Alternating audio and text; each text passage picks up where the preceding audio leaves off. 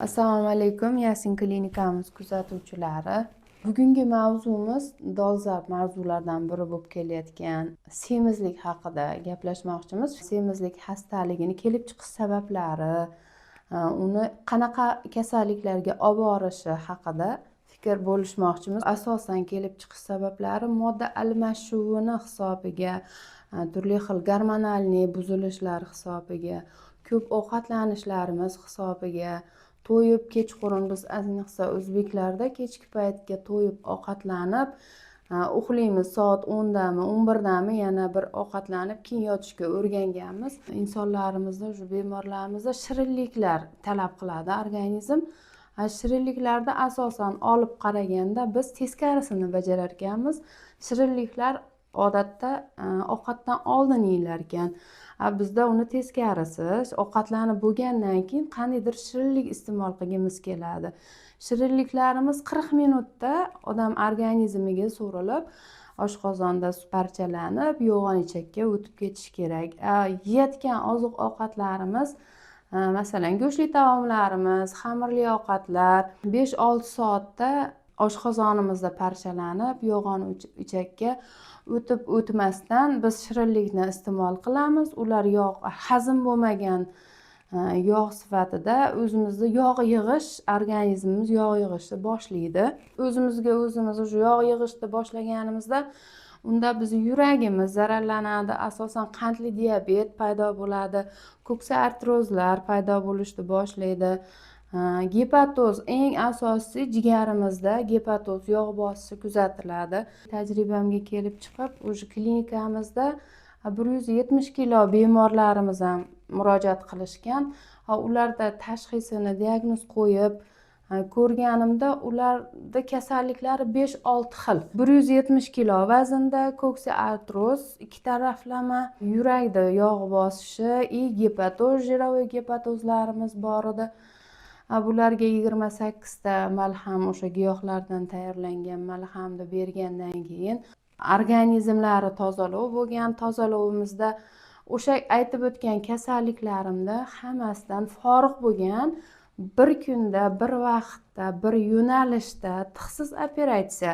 O'sha 28 kun mobaynida bemorimizda 25 kilo vazn tashlashga musharraf bo'lgan o'sha bemorimiz. Bir vaqtda o'zida bir yo'nalishda ham ko'ksa artroz, gepatozi, ham saharniy diabeti, ham yurakdagi yog' bosish, ishemik, ham davleniya shu bir vaqt o'zida 25 kilo vazn tashlab, shu kasalliklardan forig' bo'lgan, ajoyib rezultat bo'lgan. Demoqchimanki, davolab bo'lmaydigan kasallik yo'q, hamma kasalligimizga shifo bor. Davolab bo'lmaydigan bemorlarimiz bor. Biz teskarisini bajaramiz. Bu semizlikni keltirib chiqish sabablarida biz yashash uchun yeymiz. Oz kam miqdorda, bizda teskarisi. Yeyish uchun yashaymiz bo'lib qolgan. Hozir katta kechqurun o'sha yog'li taomlar, xamirli taomlar, oshlarni ayniqsa erkaklarimiz ko'proq yaxshi ko'rishadi kechqurunga.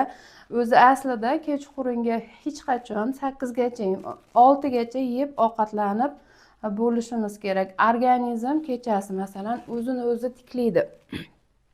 Hamma organizmda o'zini funksionalni soatga o'xshagan strelkasi bor. Masalan, aytib o'tishim mumkin, 1 dan 2 gacha, 3 gacha jigar o'z faoliyatini tiklaydi. Jigar shunda o'zini o'zi tiklab, filtr qonlarimizni o'sha 5 litr qonimiz aylanadigan bo'lsa, tiklab o'ziga ertalabga yaxshi yangi qon tomir tanachalari yaratadi. Agar siz o'sha 1 dan 3 gacha, kechasi soat 1 dan 3 gacha siz uxlamay mehnat qilsangiz, masalan, kimdir novvoylarimizni oladigan bo'lsam, o'sha paytda aynan non yasab yo harakat qilsa, jigar hech qachon o'zini faoliyatini tikla olmaydi bu vaqtda. Jigar o'sha ertalabki organizm yana o'sha eskirgan holatda uyg'onadi. Masalan, o'pkamiz, ertalabki yugurish, dihaniyalarda ochish bor. Bizda hamma kasalliklarimizga kelib chiqish, organizmimizni ifloslanishimizga o'zimiz sababchi bo'lamiz. Sabr qilmaymiz hech qachon. Bobomiz Ibn Sino aytib o'tgandek, sabr qilsang tog'lar egar boshini, besabrlar dardga egar boshini deb aytib o'tib ketishgan. Biz shu qoidalariga, oddiy narsalarga biz e'tiborsizligimiz, o'zimiz uchun kurashmasligimiz, o'zimizni yaxshi ko'rmasligimiz uchun judayam ko'p kasalliklar oddiygina hech kimni ko'ziga ko'rinmaydi, oddiygina shu yog' yig'ish, semizlik kasalliklaridan ifloslanish, organizmni ifloslanishi, har xil masalan ozaman deb ichadigan tabletkalarimiz bor, choylarimiz bor, kofelarimiz bor. Buni orqasidan judayam katta muammolar bor. Shifokorlarimiz bilan hech qaysi bemorlarimiz maslahatlashmaydi. Internetda hozir judayam ko'p savdolarimiz chiqib ketgan. Maslahatlashmay, so'ramasdan ichish natijasida yana qayta vazn yig'ib olishga to'g'ri kelyapti. Eng oxirgi bosqichda murojaat qilishadi bizga kelishib, 180 kilo bo'lib qoldim, oldin 96 edim, hozir 120 kilo bo'lib qoldim, nima qilay deb judayam ko'p bunaqa kasalliklar murojaat qilgani.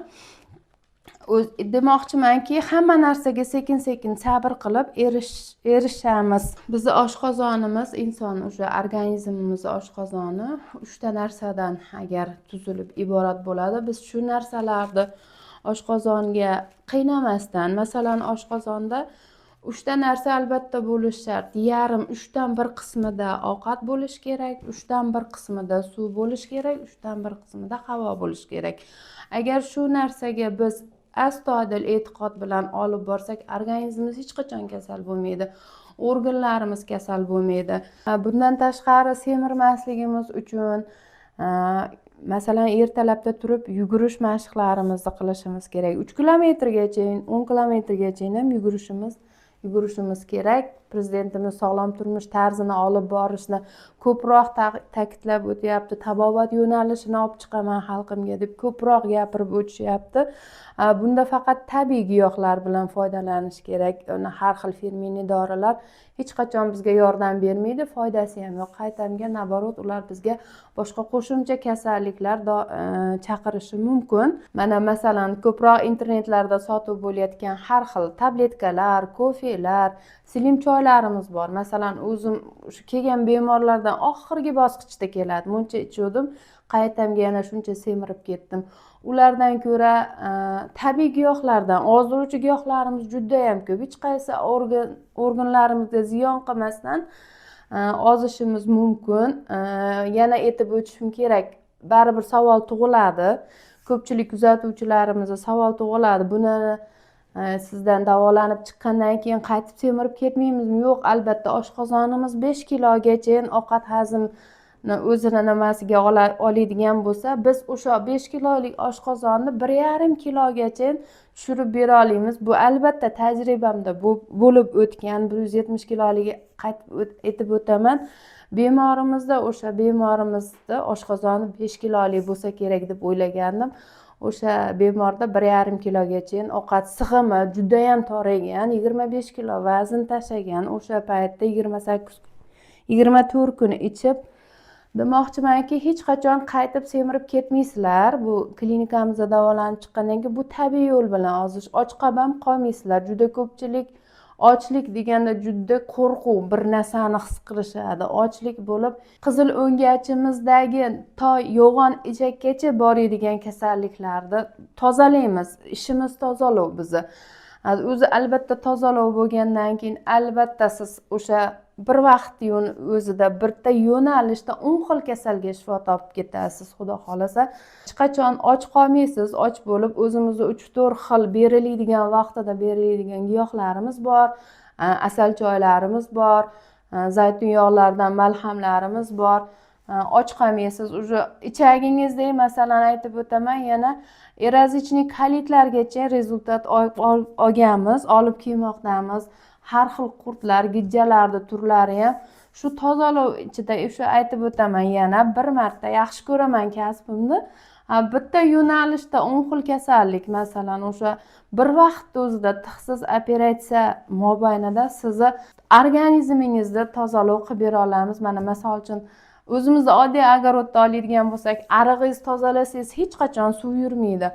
Xuddi organizm ham shunaqa narsaki, Qon tomirlarni tozalasak, albatta keyin qon yuradi. Agar tozalamay mana shu ovqatlanib, ortiqchalik har xil ximika dorilarni olish jarayonida organizmda bekorga tromblar yig'ilmaydi. O'sha narsalarni biz sizga yo'nalishimiz bo'yicha tozalab, har xil kasalliklardan tozalab beramiz. Tozalangandan keyin o'zi organizm yangilanadi. Organlar, shlaklar chiqariladi. Har bittasi musor chiqarishga faqat tozalovda, ochlikda musor chiqaradi. Har bitta organlarimiz, jigarim, buyragim, oshqozon osti bezi zo'r ishlab ketadi. Bunda rezultatlarim juda ko'p. Keyingi ko'rsatuvlarimda albatta hammasini aytib o'taman.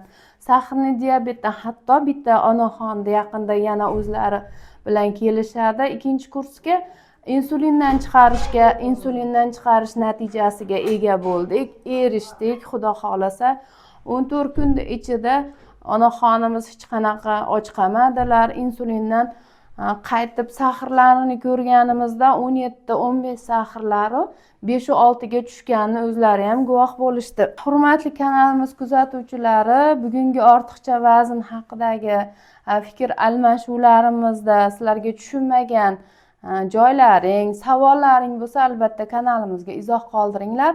Biz albatta javob beramiz. Shu bilan bugungi ko'rsatuvimizni yakunlaymiz. Agar murojaatlaring bo'lsa, ekrandagi nomerlarga bemalol murojaat qilishlaring mumkin.